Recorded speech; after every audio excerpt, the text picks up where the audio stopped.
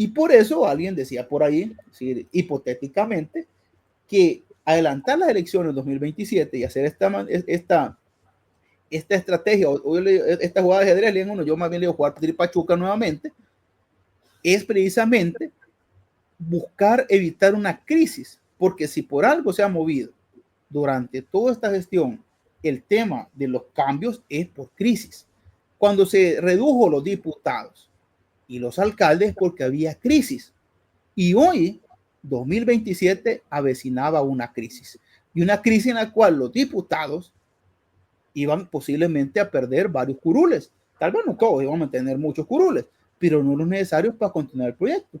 Y hay que decir algo, aunque alguien por ahí criticó a Manuel, y Manuel fue claro en decir, bueno, la Asamblea Legislativa es por antonomasia el primer órgano del Estado. No lo dice la Constitución, pero quien sabe ciencias políticas y entiende las ciencias políticas, sabe que el control natural del Ejecutivo lo tiene la Asamblea.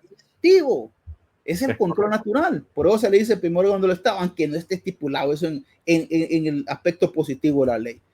Y por eso, aunque no lo comprendan los diputados, creo que no lo comprenden, porque, y si lo comprenden, pues hacen lo que no comprenden.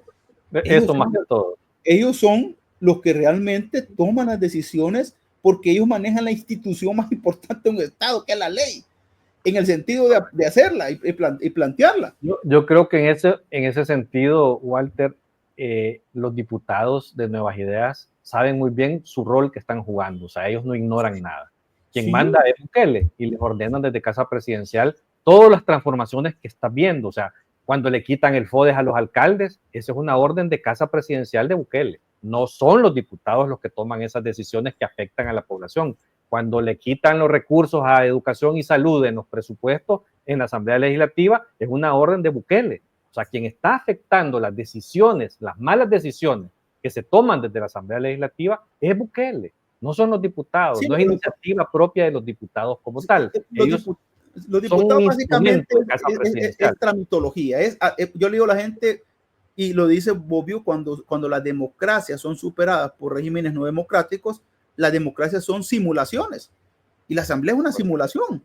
Sí, está simulando que estás haciendo un ejercicio democrático, pero realmente la Asamblea lo que hace es en este caso seguir el proyecto político-económico del Ejecutivo.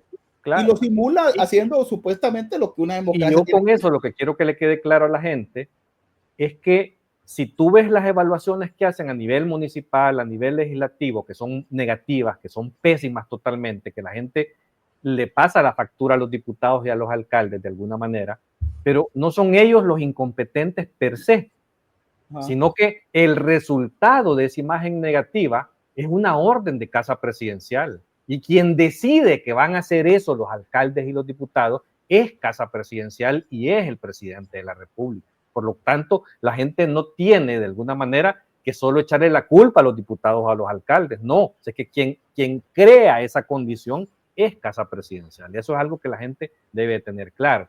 Pero quiero... es parte del juego interesante esto, pues yo expliqué un día, es que miren, los platos rotos de la gestión no los pagan los alcaldes y los diputados, pues. Es correcto, es el pararrayo. El pararrayo de ahora, el problema es, y con la alcaldía se ha visto, fíjate, con la alcaldía está viendo bastante. Nosotros que estamos en territorio, la gente, antes a los alcaldes lo acababa. Los alcaldes tal vez no lo dicen públicamente, no, es decir, nunca lo dicen públicamente, pero ellos en comunidades dicen, hey, esto no depende de nosotros, esto es de allá, de allá, de allá. Sí, sí, el pecado de los alcaldes es guardar silencio. Ahí es el pecado. Ahí es algo bien interesante, Gerardo, dicen, mientras los partidos en la frente continúan insistiendo en allí, continúan su narrativa. Sí, porque hay algo que el amigo dice que es bien importante. Ellos refuerzan el aparato ideológico, ellos son hábiles en reforzarte eso, porque ellos a todo el que tiene una postura diferente le dicen arena frente, y aunque la gente no tenga nada que ver con ellos, pues, o ya no tengan un ente orgánico allí, ¿verdad? Yo creo más bien de que en este juego de la comunicación, la habilidad ha sido esa, que los fracasos de la política han caído hoy en los diputados y en los alcaldes. Y eso ha llevado, por supuesto, que se mantenga el hiperpresidencialismo como el salvador de los otros dos. Y hacia ahí va precisamente buena parte de esta reforma 2027 para consolidar el bloque de poder y de esa manera evitar lo que puede ser en 2027 un golpe importante en lo que es el ajedrez en el tablero. Fíjate que yo quiero que volvamos al origen de la plática, del tema que íbamos a tocar ahora, que estas reformas constitucionales express que acaban de hacerse tienen como resultado el adelanto de las elecciones presidenciales del 29 al 27.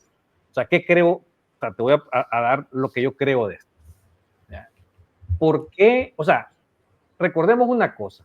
Desde hace 15 meses, Nuevas Ideas, ordenado por Casa Presidencial, Nayib Bukele, le ordena a los diputados que hagan una reforma constitucional al 248.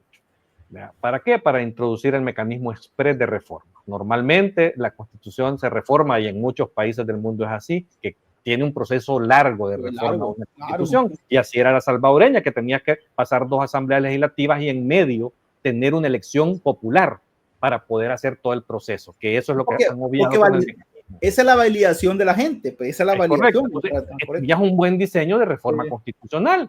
Una asamblea la proponía, ibas a una elección, el pueblo sabía que había una propuesta de reformas constitucionales, y si el pueblo le quería dar suficientes diputados a esa propuesta, pues se los daba, y en la siguiente asamblea legislativa, ya con los diputados, ratificaba la reforma. Ese es el proceso normal y natural que debe de seguir esta reforma, pero ellos no, vienen, modifican la Constitución, el 248, y dicen, en una misma asamblea, si hay suficientes votos, se puede hacer el proceso de reforma. Bueno, tal es así que en 5 horas ya reformaron la Constitución antes de salir de vacaciones. En 5 horas la ratificaron. Entonces, ¿qué es a lo que yo quiero llegar? Que hace 15 meses introducen ese mecanismo de reforma express, que es un mecanismo inconstitucional. Lo dijimos en ese momento, ¿verdad? Porque en ese momento lo ocuparon, ¿verdad? Si tú te acordás, para quitarle el financiamiento público a los partidos. Como era algo popular, qué bueno, miren para qué lo ocupan. De repente, lo dijimos en aquel momento, eso va a servir nada más para reformar la Constitución, para que Nayib Bukele pueda reelegirse las veces que quiera. Ese era el objetivo fundamental de esa reforma hace 15 meses. Ahora, antes de salir de vacación, inician una plenaria y meten otra reforma express también, que era sacar al país del parlace. Popular también. Popular, sí, pues ahí, no hay discusión, ahí estamos de acuerdo.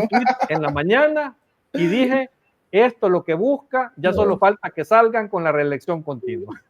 Dicho y hecho, en la tarde lo estaban haciendo. Entonces, pero analicemos un poco por qué. ¿Por qué hoy? ¿Por qué ya aprueban la reelección indefinida y adelantan la elección?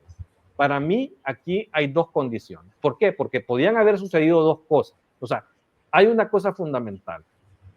Nayib Bukele sabe que no puede dejar a los diputados compitiendo solos. Sí.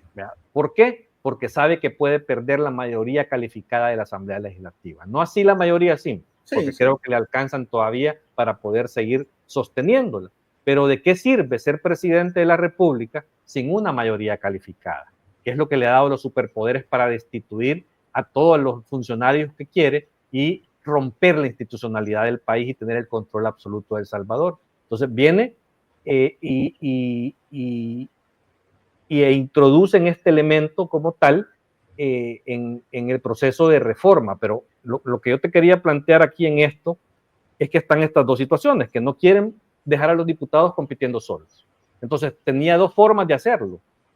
Uno era que todos son ilegales e inconstitucionales, porque los diputados no tienen facultades de alargar o disminuir periodos de ningún funcionario de elección popular. Eso es lo primero. Sí.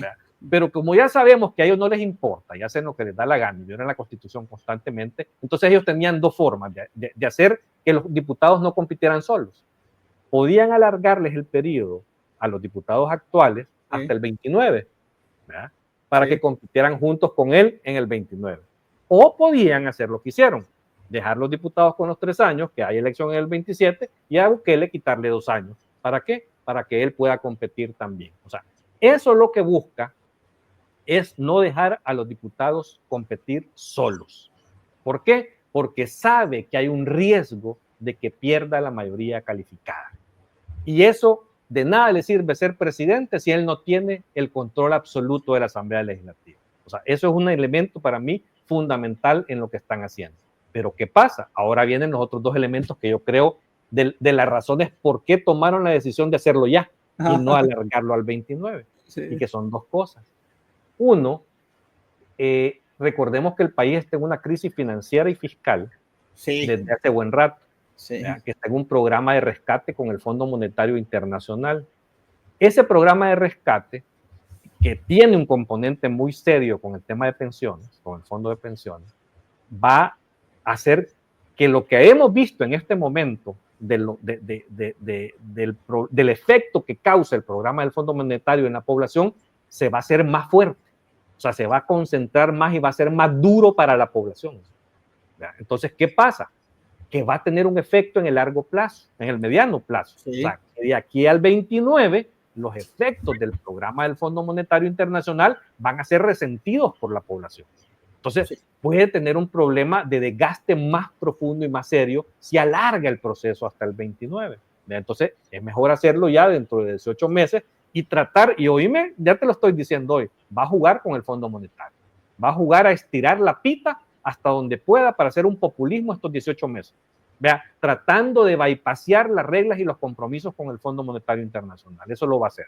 Y ya lo vimos. En julio tenía que haber presentado el estudio actuarial del Fondo de Pensiones y no lo ha hecho.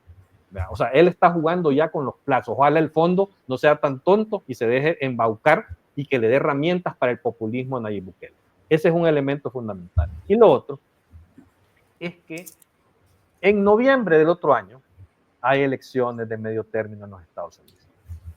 Y así como va la situación en Estados Unidos, si tú ves todas las encuestas en Estados Unidos, Donald Trump ya no está en favorables positivos hacia él. Sí, está bien.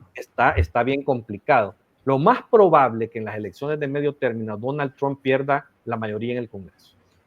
Y si eso llega a pasar, la impunidad que ha comprado Nayib Bukele con Donald Trump se le va a terminar.